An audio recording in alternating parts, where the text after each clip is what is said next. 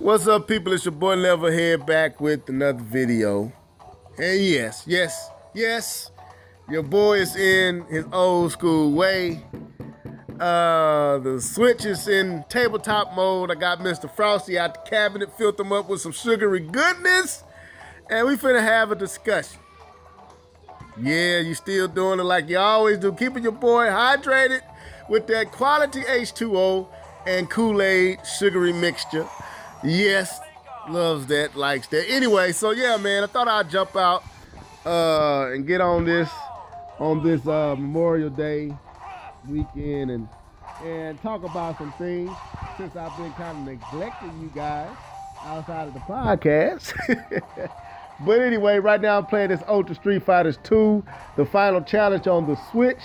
Yes, man, the Switch tabletop mode, Pro Controller in hand, sitting in my kitchen, dining room with kids all in the background, crying and hollering. You probably hear them behind the music of Street Fighters.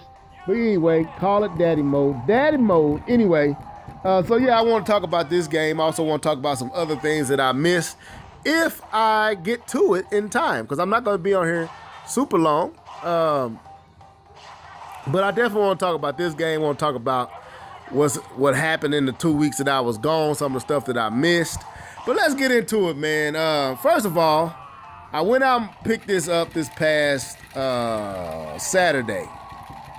And I had to go around a few spots because it was sold out a few places. Come to find out that my city is a Nintendo city. Didn't know that, but a lot of folks here own the Switch and are buying games, which Nintendo is doing it pretty good right now, man.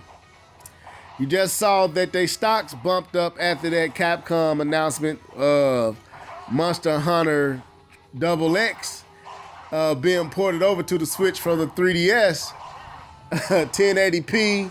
We don't know the frame rates and all that yet, but Nintendo doing their thing, man. And now we got the Monster Hunter, so you know Japan is lit right now. Y'all know that, right? Japan is lit. But if they get a Pokemon, oh my God, it's over. So everything seems to be falling in place. Everything seems to be happening like it needs to happen to continue this trend, this sales trend. Nintendo is really on a high note right now. But anyway, I went out and copped this game this past Saturday, brought it home, began to play it. Thoroughly enjoying the game. I was playing this and playing ARMS. ARMS is real good, but I'm going to talk about ARMS in another video. I'm not going to talk about that one in this video. It might come up in one aspect because of the motion controls in the feature on this game. We got to talk about that. So, the game costs $39.99. Now, let me say this, folks. I don't have no problem with spending money on a video game when my wife lets me. Let me say it like that. When my wife is in agreement. Now, I ain't going out spending no money and she ain't feeling it. I'm going to not spend. Because I like a happy home more than the opportunity to play some video games. So anyway, I went out and copped the game, $39.99 at Target because I couldn't find it nowhere else. And brought it home, got to playing it, really good, got online. Had to figure out this download that I didn't know because it wouldn't let me online at first. But I looked up how to do it because I couldn't figure it out on my own. Figured out that I had to go through the settings and download the update. And then that let me get online. So I tried the online, was working pretty much flawless. But a few matches had latency and drag and freezes here and there. But the same thing could be said about Street Fighter 5 on the PlayStation 4. Experienced all the same things there. But I just got done playing, and that's why I'm talking about this today. I just got done playing Way of the Hudo. I think that's what they call it, this new feature that they add. That's basically a first-person, motion-controlled Ryu in first-person view, throwing out Hadoukens and uppercuts and roundhouses and special Hadoukens. Now, it sounds cool on paper, but let me say this, folks. I felt like after experiencing this, reaching through the Switch screen and slapping whoever thought this was a cool idea, because I believe this is part of the reason why this game is $39.99 rather than probably should have been $29.99 and better $19.99. But the way of the Hudo, I think that's what they put in to justify the price and the online, which, again, this was a 360 PlayStation 3 game. I say they did tweak it a little bit. The controls has been tweaked. They added Evil Ryu and Violent Ken to the game. They fixed certain aspect, added a widescreen, and made it actual fit right, rather than just basically enlarging it on both the PlayStation 3 and Xbox 360. So they did some things, and they did some balancing in the gameplay. Certain move sets, different things like that has been balanced and tightened up. So there's some differences, but not $39.99 worth of difference. Now, I'm not mad that I spent $39.99 on this game. I'm not hurt. I'm not losing any sleep. Because I spent $60 on Street Fighter V, folks. No arcade mode. Still don't have all the characters. Behind a paywall and the whole nine. So I can't really get upset at this game, even though this is a game from the Super NES days. I was 12 going into the arcade playing this game when it first came out.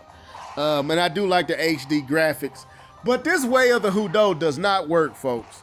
It's horrible. Now, after playing ARMS and having motion controls so on point as ARMS was, it's hard to experience motion controls like this game was offering. I mean, the only thing that registered is the uppercut or the Taryuken.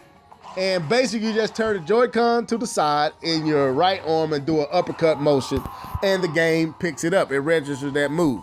But when you try to do the Hadouken and you try to do the roundhouse, and no, that's not happening. It's not registering it. It's not picking it up. It's doing whatever it want to do, if it does anything. And to me, this is horrible. So it wasn't worth the addition, and I'm pretty sure some of the pricing was changed because of that. You see me playing the game right now. It's a good game. Now, but still, I spent money on games that, when it was all said and done, it wasn't worth the price tag, so I won't cry about this one. I love the online and everything like that, but I'm enjoying it. And I will talk about this game a little bit more because I'll just stick with this game. I won't talk about the other stuff. We'd talk about the stuff I missed in another podcast. In another video. But I'm enjoying Street Fighters. I feel like we need a game like this on the Switch, because if this work and the online stuff work, which the online is very active, I had to turn off the online challenges, because every time I would start a game, I wouldn't even get a kick off. I would get one kick or a dual kick out, and somebody online was already challenging me for another fight.